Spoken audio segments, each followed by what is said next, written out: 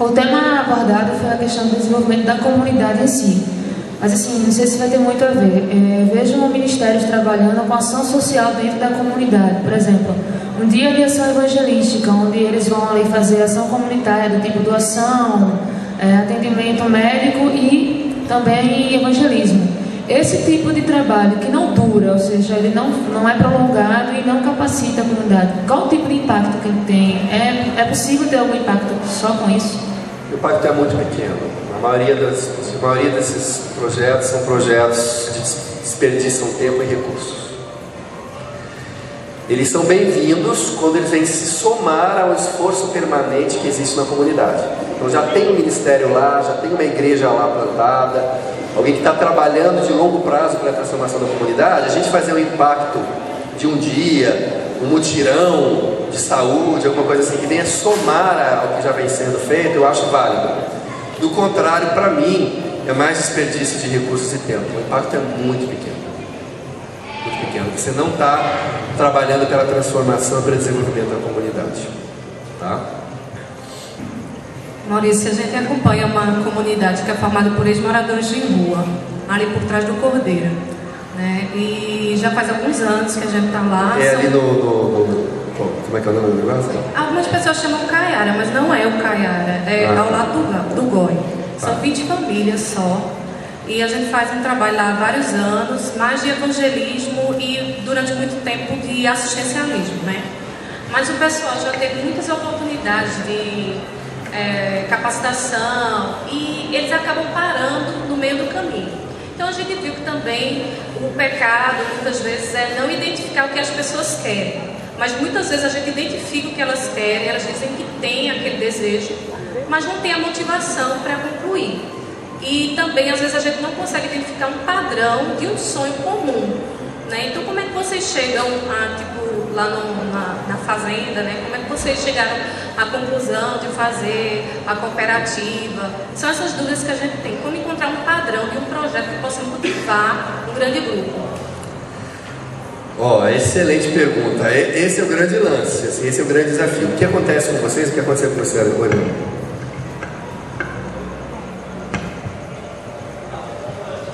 É meu filho, tá, gente?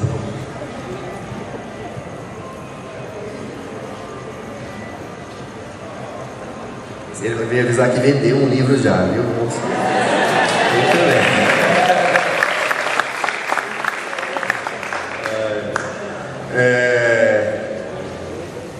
Bom, você tem que fazer um diagnóstico. A chave está no diagnóstico, né? Entrar mesmo no coração das pessoas e discernir o que vai incendiar o coração delas, o que vai fazer com que elas queiram aderir a um projeto, a uma atividade. E nem sempre isso está no discurso das pessoas. Porque se você chegar para elas e dizer, você quer um curso de manicure? Eu quero. Eles vão dizer, quero. Você quer um curso de pedreiro, curso civil? Não, quero. Então, aí assim, como que você vai saber disso? A gente, por exemplo, tem alguns exemplos. A gente mesmo teve muitos fracassos. Cursos que a gente foi, que a gente perguntou para a comunidade disse que queria, depois a gente começava, não havia adesão. Depois eu fui estudar um pouquinho mais sobre isso. Teve um estudo de uma favela em Porto Alegre, muito interessante, onde eram oferecidos os cursos, as mulheres não aderiam. E aí a nossa tendência de classe média, a maioria daqui é classe média, né? Tem um pessoalzinho da classe alta aqui? Não, né?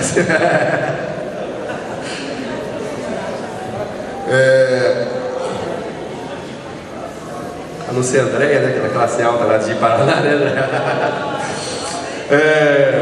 A nossa tendência de classe média é julgar. Já tá vendo? Vagabundos mesmo.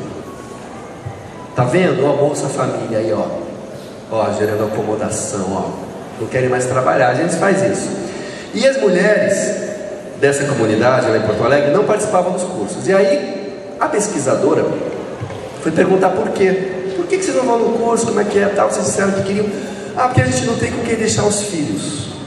Todo mundo tem criança pequena, não dá para ir para o curso, deixar os filhos. Bom, Só que ela percebeu que quando as mulheres tinham algo realmente importante para fazer, elas arranjavam com quem deixar os filhos. Então a lição é: não se deixar levar pelo discurso, a gente fala no termo antropológico, pelo discurso nativo. A nossa percepção e o nosso discernimento tem que ir além do discurso local. Como que a gente vai conseguir isso? Pela observação, pela convivência. Então ela continuou observando, convivendo, e ela viu isso. Mas as mulheres, quando tem uma coisa importante para fazer, arranjam alguém para deixar os filhos. Então, no meio de uma conversa, num papo, nas entrelinhas, ela foi percebendo o que acontecia. O que acontecia com essas mulheres quando elas iam para os cursos? Estou dizendo que é o caso aqui da comunidade em Recife, estou dando como exemplo. As mulheres iam para o curso, aprendiam um ofício, os maridos não gostavam disso, que infelizmente a gente está numa cultura ainda, né, machista, patriarcal, não gostavam. As mulheres que adquiriam uma habilidade, começavam a trabalhar, costurando, vendendo, o que acontecia? Todo o dinheiro da mulher naquela comunidade tinha que ser entregue ao marido. Para o marido era uma vergonha comunitária botar a mulher na batalha. Tem que botar a mulher para trabalhar. Ele se acomodava no dinheiro dela, quer dizer, ela assumia uma dupla jornada, porque ela tinha que trabalhar para produzir e também assumia a jornada de casa, o marido não assume. Quer dizer, no final das contas, era uma péssima coisa para essa mulher se capacitar. Então, ela percebeu que a estratégia estava errada, não era esse o caminho. Eu estou citando como exemplo para mostrar para vocês o seguinte, que às vezes é muito profundo. Não é óbvia a resposta para essa pergunta. Você só vai saber convivendo, observando os comportamentos, indo muito a fundo nas dinâmicas familiares. Às vezes não é curso de profissionalização. Por quê? Tem isso também. O ideal de profissionalização para melhorar a renda é um ideal de classe média. Classe média que é a ascensão social. De repente eles estão lá noutra, é outra cultura, é outra forma de pensar. O que precisava lá era outra coisa, eu não sei dizer o que. Cada contexto vai requerer. Essa resposta não é fácil, mas esse é o desafio, porque quando você descobre isso, aí que você encontrou a chave para o desenvolvimento, para a transformação.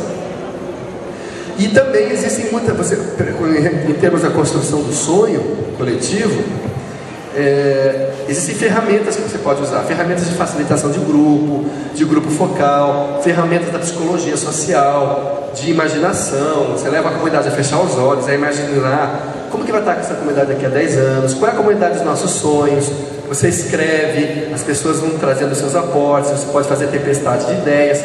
Existem muitas ferramentas que você pode ter, coletivas, de construção coletiva, para chegar a um sonho compartilhado. Em alguns casos também acontece, pode ser o caso da sua comunidade, que a coisa está tão quebrada, a gente chama isso de vontade quebrada. O pessoal está tão por baixo que o pessoal já não consegue sonhar.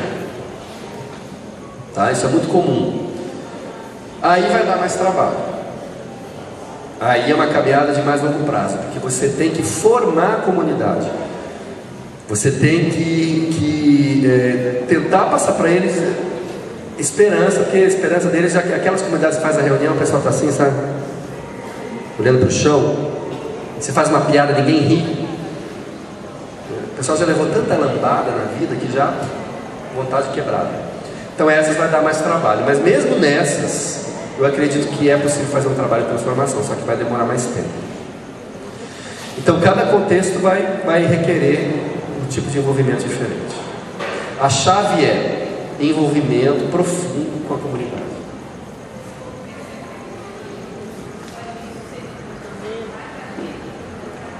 Como princípio, o princípio é o princípio do envolvimento. Eu não digo que você tem que morar, porque é complicado isso hoje, né? Em alguns contextos.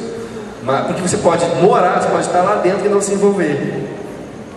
E você pode estar fora e ter um alto nível de envolvimento. Então eu não digo para ninguém que você tem que morar, mas eu digo que você tem que se envolver. E para se envolver você tem que passar muitas horas lá, tem que estar lá. No nosso caso a gente se mudou mesmo para fazer Rio Grande. A gente foi para lá, mas era um local que tinha que apesar da violência e tudo, dava uma certa segurança para meus filhos, a minha família lá. Outros locais não, você não tem que morar, mas que você tem que se envolver, você tem que se envolver com a vida das pessoas. E não pode, às vezes o que me irrita um pouquinho são aqueles projetos também de uma igreja mãe, vou chamar assim, que tem lá um projeto, uma comunidade pobre. E aí assim, ninguém quer se envolver de verdade. Então, por exemplo, é um culto uma vez por semana, cada semana vai um pregador, ou vai uma pessoa fazer um trabalho, não gera um vínculo. Tá? Então não, tem que ter as pessoas chamadas para aquela comunidade, para servir aquele povo, tá? E tem que ser as pessoas de referência para aquela comunidade. São os missionários urbanos lá, ou rurais, sei lá, os missionários chamados para aquilo, tem que se envolver. Então não pode ser estágio para seminarista, isso não transforma, tá? Mais alguma pergunta? Eu tinha duas questões para colocar, bem rápida. A primeira, pelo que eu entendi, aproximadamente 10 anos seria um bom prazo para a implantação de um projeto. E a primeira etapa para isso seria o diagnóstico das necessidades locais. Exato. Há como dividir algumas etapas, além desse diagnóstico, porque no diagnóstico eu vou perceber aqui 10 áreas que precisam ser trabalhadas, mas elas não podem ser trabalhadas tudo de uma vez. Então, quais seriam as etapas que devem ser trabalhadas a partir desse diagnóstico? E uma segunda questão é o que fazer no caso de uma comunidade que aparentemente não quer aparentemente não, uma comunidade que não tem interesse em um tipo de projeto dessa forma. Não é uma comunidade que não sonha mais, mas não é um caso assim, mas um caso em que uma comunidade que foi muito ajudada, muito assistida e até com assistencialismo, esteve muito na mídia, mas que o projeto fez pesquisa, muitos jovens disseram, eu quero o curso de grafitagem, e aí, quer grafitagem, quer quantos? 30? E quando implantou só apareceram 2, 1. Né? Então, nesse processo de fazer um projeto a partir daquilo que eles querem, a caminhada tem sido dessa forma. Então, o que fazer? Ok. O pessoal é bom, o pessoal aqui é bom, já deu para ver. Vamos lá. A visão mundial divide os projetos, as fases, é uma divisão didática, tá? Primeiro seria a fase, a gente chama de fase semente, de você entrar na comunidade, identificar os atores locais, você tem que conhecer a história daquele povo, você tem que conhecer a estatística, o nível de renda.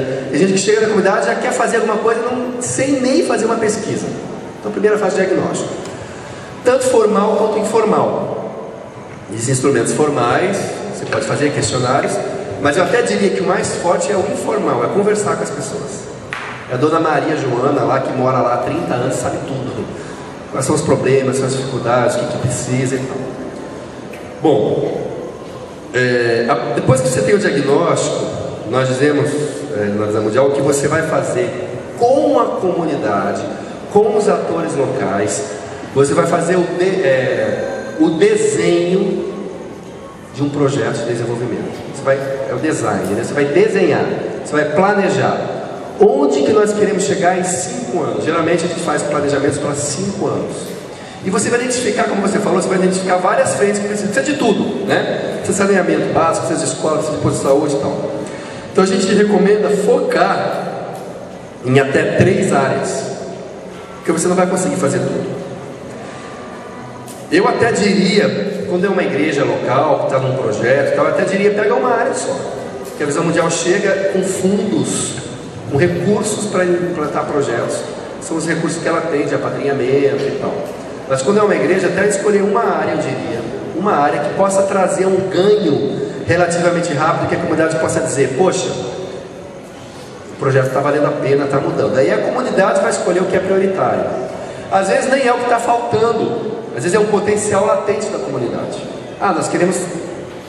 Você percebe, por exemplo, uma vocação artística dos jovens. Os jovens estão muito fortes, os jovens gostam de mexer com arte, com cultura. Você vai fazer isso em vez de fazer a creche, né?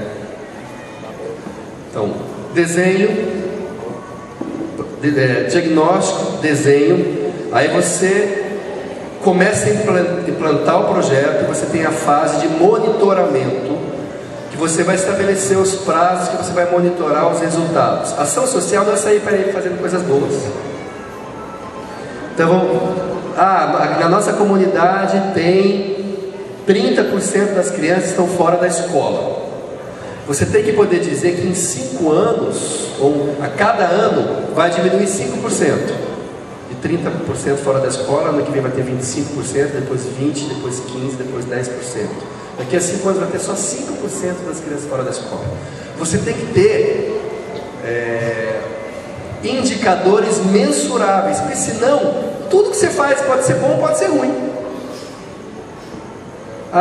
Você vai nos projetos, pergunta como é que é, quais são os resultados dos projetos. Maurício, aqui é uma benção.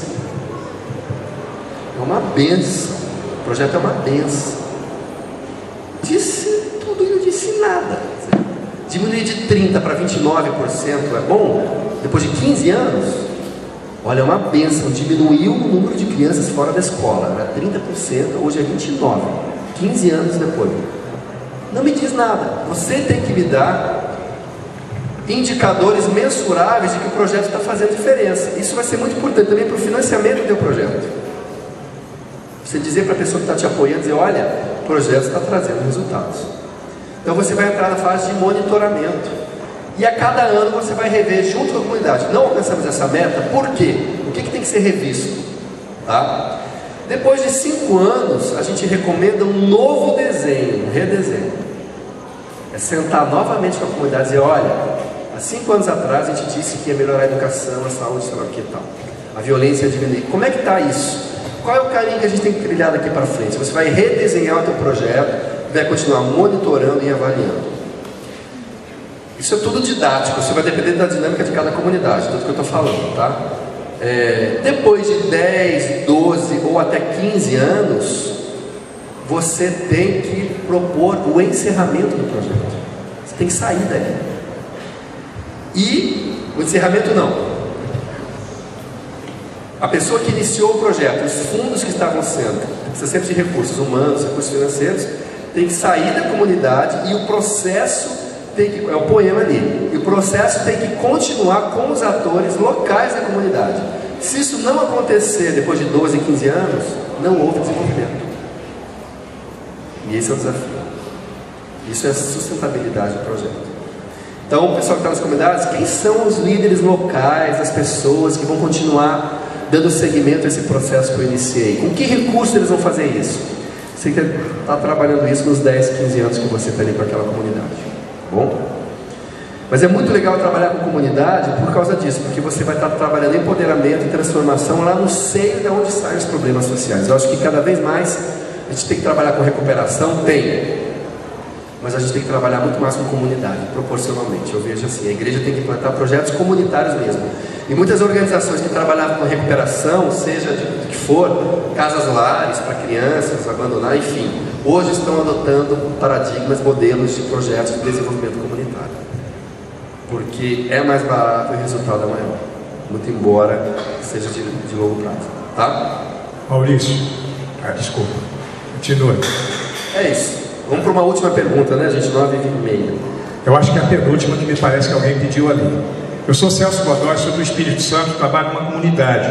Eu tenho 2 palavras. Uma palavra de satisfação. Inclusive eu ia participar do CAD esse ano, tive que cancelar minha ida por outros processos. Né, aqui. Ano que vem, não é ano que vem. Ano que vem, quem sabe. A palavra de satisfação é que eu fico muito feliz de ver que eu estou seguindo o caminho certo. Estou dentro desse paradigma que você desenhou aqui. A gente está numa favela lá no Espírito Santo, uma comunidade, eu me mudei para lá. E hoje nós temos, depois de 3 anos e meio, nós temos médico, dentista, escola, EJA, ensino fundamental e médio, tem informática, curso de comunicação social, luta, nós temos 2 academias de luta lá dentro, trabalho esportivo e cultural muito legal. Então eu fico feliz porque isso que eu ouvi aqui, ele vem solidificar ainda mais o sentimento que eu tenho, a visão que eu tenho de reino, que é uma visão acertada, eu já tinha certeza disso, né? E hoje Deus te usou para poder dar uma Como é que é o nome do ministério? O nome do ministério? Eu sou da Junta de Missões Nacionais, eu tenho um projeto chamado CEMUCA, Centro de Missões Urbanas, Convivência e Acolhimento. Joia. Mas eu respondo em Missões Nacionais da Convenção Batista por toda essa área no Brasil. Nós estamos começando essa coordenação agora. Joia. E agora tem uma palavra que você disse aí que eu quero discordar, ou pelo menos trazer para uma reconsideração. Foi a primeira ou segunda questão, quando alguém perguntou daqueles trabalhos de ação social que é feito, aquele tipo de ação global que é feito num dia, e você disse que é um desperdício de tempo e de dinheiro. Eu queria discordar disso, apresentando o seguinte argumento: se aquilo for um projeto em si mesmo, eu concordo plenamente contigo, é desperdício de tempo e dinheiro. Mas se ele for parte de um processo, e eu digo isso porque a gente tem um projeto no Brasil hoje de plantação de igrejas em comunidades de risco. Dentro de Missões Nacionais, eu só trabalho em favela, é a minha área, eu fui chamado para isso e amo fazer isso. E este processo de ação social, ele faz parte do projeto, um projeto inicial, um start num processo maior que vai culminar com a plantação de igreja. E até então... Foi exatamente isso que eu falei. Vale se for dentro de um processo maior e permanente. Não, eu sei, porque dentro da sua palavra, eu entendi que você falou se for num lugar que já existe. Vamos para iniciar um processo. No nosso caso é permanente. Não, concordo com você. Isso, porque ele é legal. Tem que fortalecer ou vem iniciar um processo. Para iniciar o processo. Ele em si mesmo, de fato, ele não tem muito sentido. É o carregar nas costas ali, como a menina fez muito bem. Concordo com você, com certeza. Mas dentro de um processo, eu acho que é processo mais amplo, aí sempre vem reforçar o trabalho permanente, aquele que vai continuar ou que vai ser iniciado. E também jogar um confetezinho aí, quero dizer que eu tenho muito prazer de estar te ouvindo aí, conheço a sua literatura e o seu trabalho. Se Deus quiser, o ano que vem nós vamos estar. Vai lá. Aliás, tem o segundo livro também, quem quiser aprofundar, que eu não trouxe aqui, é o Cosmovisão Crescer e Transformação, que é um livro já mais acadêmico, mais para quem quer aprofundar nesses conceitos também, que você consegue comprar pelo site da Ultimato. Eu não respondi a pergunta, a segunda parte, é verdade. Vai ser muito difícil romper com o paradigma assistencialista, quando a comunidade foi acostumada naquilo, né? Vai demorar, conscientização, consciência política, trabalhar isso com a comunidade, dizer, olha, passar esse sketch aqui que a gente passou, você quer estar sendo carregado, você vai estar sendo largado na beira do rio o tempo todo. Vai demorar muito tempo para romper com isso. Uma dica: trabalha com os jovens e as crianças. Esquece os velhos e os adultos. Esquece não. Tem horas que não dá assim, que você não vai conseguir que os adultos vão aderir ao teu projeto. Essa é a verdade, eu tenho essa experiência, né? Então opta pelos jovens, porque os jovens já têm aquela coisa da revolução. A gente tem projetos, gente, em comunidades super vulneráveis, Vale do Jequitinhonha, Minas Gerais. A gente tem favela Rio de Janeiro brava mesmo, lá no Complexo do Lins. A gente tem projeto com jovens das favelas de monitoramento de políticas públicas. Os jovens ficam 2 anos em formação conosco, aprendem a monitorar serviços públicos, vão lá na mesa do prefeito com indicadores, não é panelaço na prefeitura, porque isso não leva a nada. É com indicadores sociais, olha, nós queremos esses resultados, nós monitoramos a nossa comunidade, a gente exige o serviço, conseguiram levar posto de saúde para o Lins, conseguiram levar água no Vale de Jequitinhonha. Mas como que a gente conseguiu isso? Pegando os adolescentes e jovens. Os velhos queriam a cesta básica, queriam... Tá? Então uma dica, porque aí assim, aí você consegue, beleza?